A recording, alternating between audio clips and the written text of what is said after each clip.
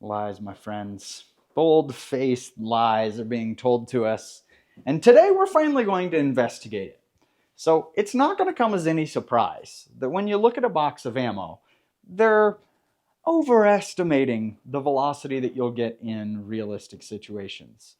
What I didn't realize is that the lies run quite a bit deeper than I thought they did, and it's impacting all of us as consumers.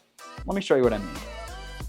I need this, that, and stars.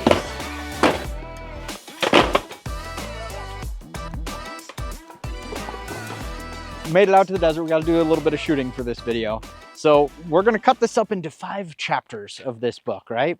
The first one is, let's see, of all these ammo companies that I had ammo for in 308, let's see who Pinocchio's the most and who Pinocchio's the least about their velocities. Now, the video, though, isn't just about, companies saying it's going faster than it really is.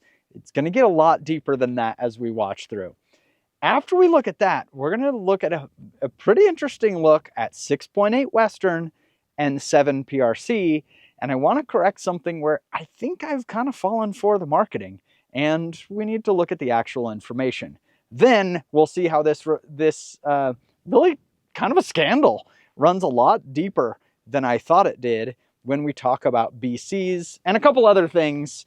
So let's begin. Garrett, you're going to be our shooter today. You ready for this? I'm ready. You're going to shoot. I'll sit down with the laptop and just record numbers.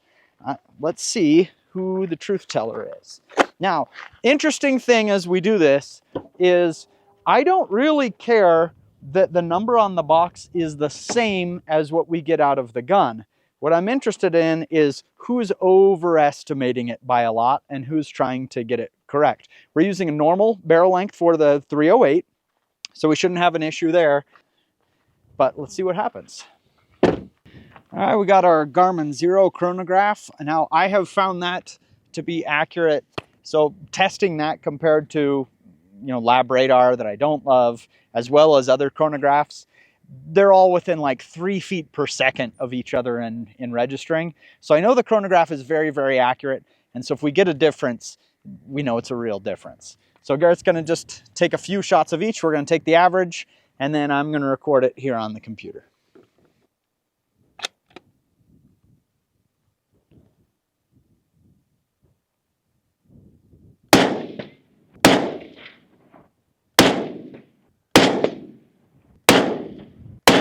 I gotta kind of eat my words. Actually, everybody was very honest with the velocities. The one that was dishonest was Winchester, but they dramatically underestimated the velocity. We were getting 140 feet per second faster than what the box says. Now, the incentive for the ammo manufacturers is to inflate the numbers, right? Because so many uneducated guys are going to get ammo, and they're like, well, if it's the same grain weight, this one's faster, I want that one, right? It's going to shoot flatter and have more power. I pick that.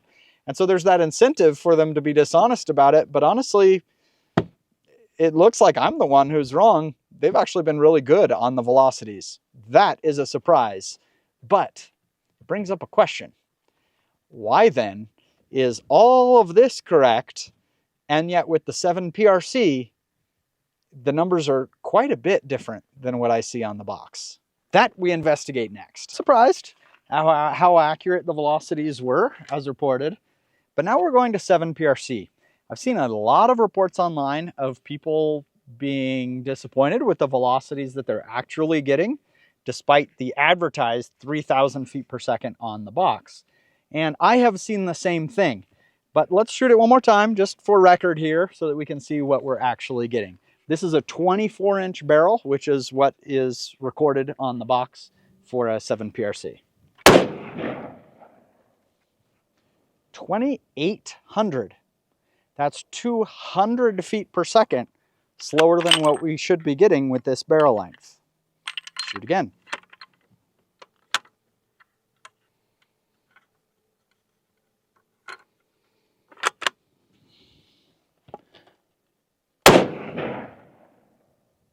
.2803. That's 197 feet slower than what we should be getting. Now we're going to go to the 7 PRC match. Now this one advertises 2975 feet per second.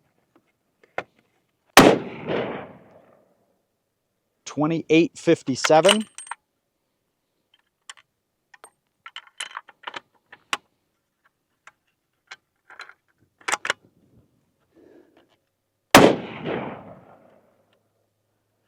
$28.47.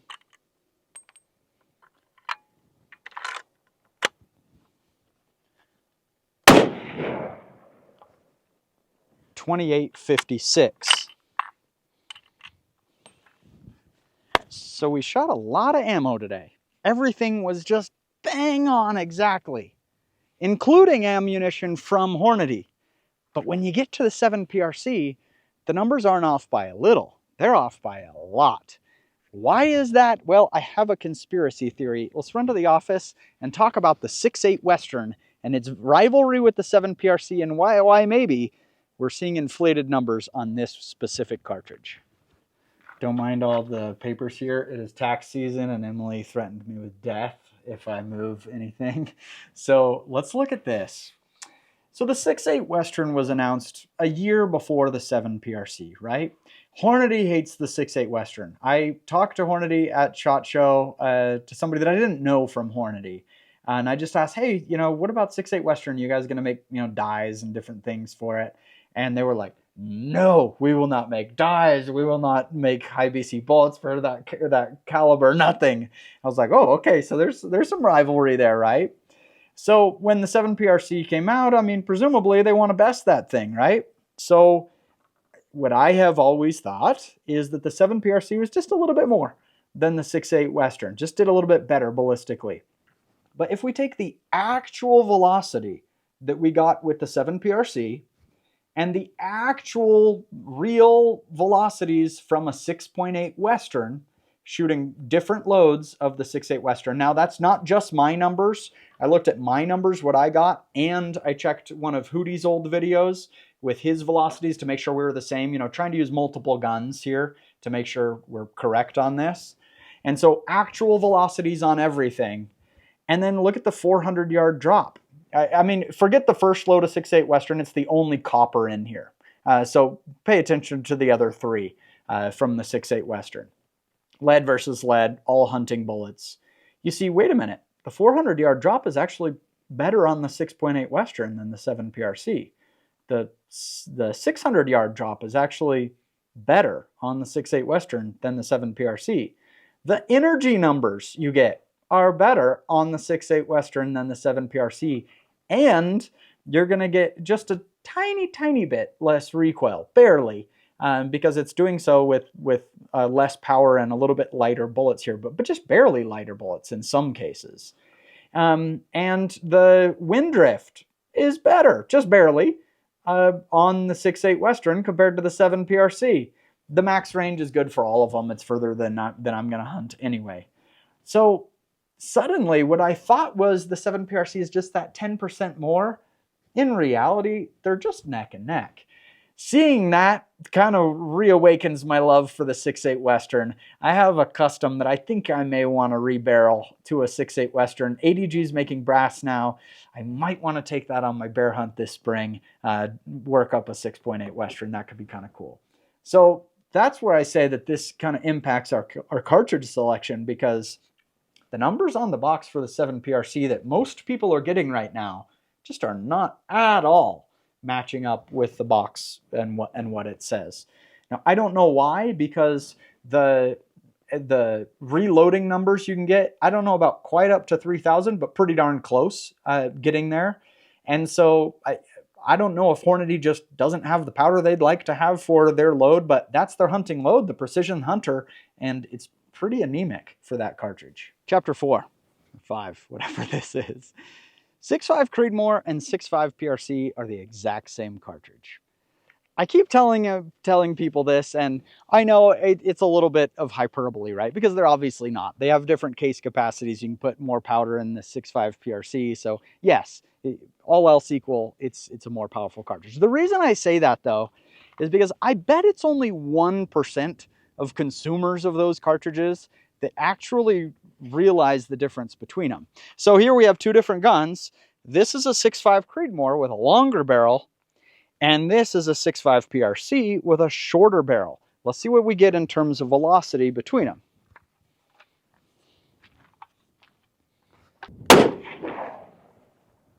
$27.61. $27.61. We say that's pretty slow for a 6.5 PRC. The reason that people buy 6.5 PRC is because it's more powerful than a Creedmoor. This is an elk gun, but I'm not using a Creedmoor for an elk gun. Well, let's look at that. So remember, $27.61. Now, same load.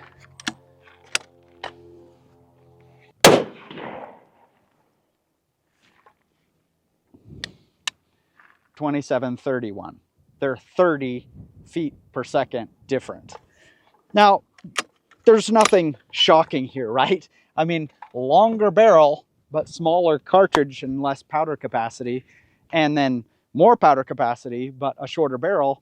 The point is that they're the same. And the only reason I want to make this point is in all of this discussion about velocity, the barrel length matters. And that's why we're using the correct barrel length for what is advertised for each of the individual loads.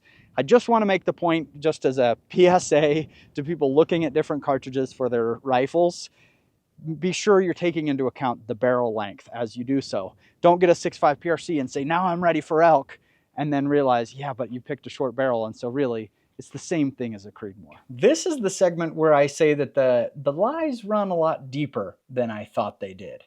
And the reason I found this is I was actually reading some ballistics white papers. How nerdy does it get? This one from the Air Force.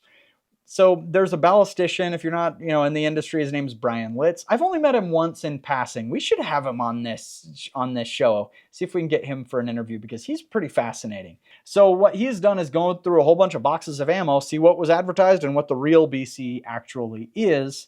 And I can't find where that information is actually published, but this white paper from the Air Force kind of went through all his numbers by each company that's making ammo and said who was the most honest about their BCs. And the most honest about the BC was Hornady in the Air Force's estimation. And the one that had the most estimation of the BC was Nosler. Nosler was overestimating their BCs by 6.3%, according to that information. That's a lot. So that the BC you're seeing on the box would be a lot more than what you're actually getting in real life. But here's where it got really interesting, and where I say it runs pretty deep. So let's take a look at one bullet. So this is the Nosler 125 grain 308 ballistic tip bullet, okay? Now, Nosler's overestimating the BC by 6.3% according to that information.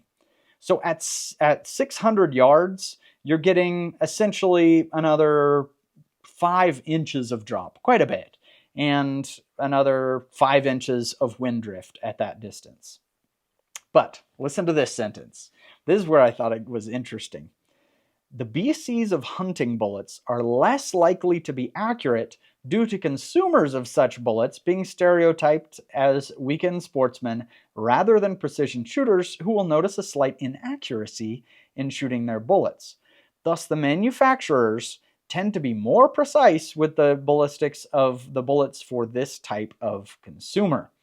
So what is it saying? It's saying when they tested hunting bullets versus match bullets, the manufacturers were honest about the BCs of the match bullets, but they're lying through their teeth about the BCs of the hunting bullets because they think we're goobers. That was their conclusion.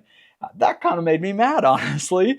And they presented some pretty good evidence showing a bullet that's just way more sleek compared to a hunting bullet and showing that they were advertised as having the same or very, very similar BCs. So you can just tell that that's not true. That's where I say that the lies run a little bit deep in this situation. And really what it means is it means you and I are missing our shots unless we're taking the time and wasting shots on ammo to go shoot and seeing that the BC as advertised isn't correct and needing to put it into the software just so that they can advertise a higher number to you and me. Honestly, that kind of ticks me off. So 4 takeaways from this video. First of all, I was wrong about the Pinocchio of the velocity in general on those boxes. In general, we found it to be very accurate. But number 2, something is up with Hornady's Precision Hunter 7 PRC load, which is what everybody's kind of relying on to go hunting with the new 7 PRC rifle you get. The numbers just are not lining up, not just for me, but on quite a few people. We were having a conversation in Backfire Plus about that this week, of everybody just saying like, what's going on here with the velocities not being as advertised. And that puts it neck and neck with the 6.8 Western, which has reinvigorated my interest in that cartridge, because it's also maybe barely less recoil depending on the load, but also a short action. And so it's going to do well with lighter rifles and short barrels, just like the 7 PRC. Very interesting. Number 3 is where the lies run kind of deep, about how companies are taking the BCs of hunting bullets and stretching the truth compared to the match bullets, which is just costing us money and time.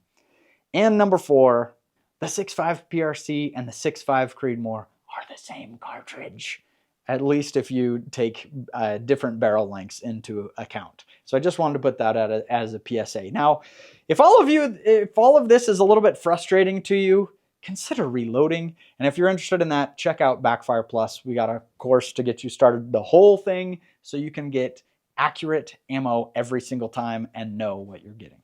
Thanks, everybody. See you in the next video.